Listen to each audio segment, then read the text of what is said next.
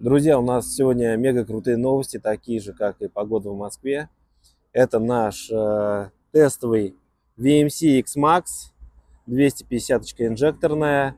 И наши ребята, специалисты Elkamoto сервиса, сделали на него Stage 1. Они сделали свою прошивку. Штатная прошивка, которая идет абсолютно на все X-Max. Она работает не совсем корректно, она работает более-менее правильно на холостых оборотах, но под нагрузкой и на оборотах не совсем правильная, совсем точнее неправильная работа программы идет. Наши ребята сделали свою программу. Это наш первый опытный боец. Я сегодня поеду на нем. И скоро вы узнаете, как он едет с новой прошивкой Stage 1.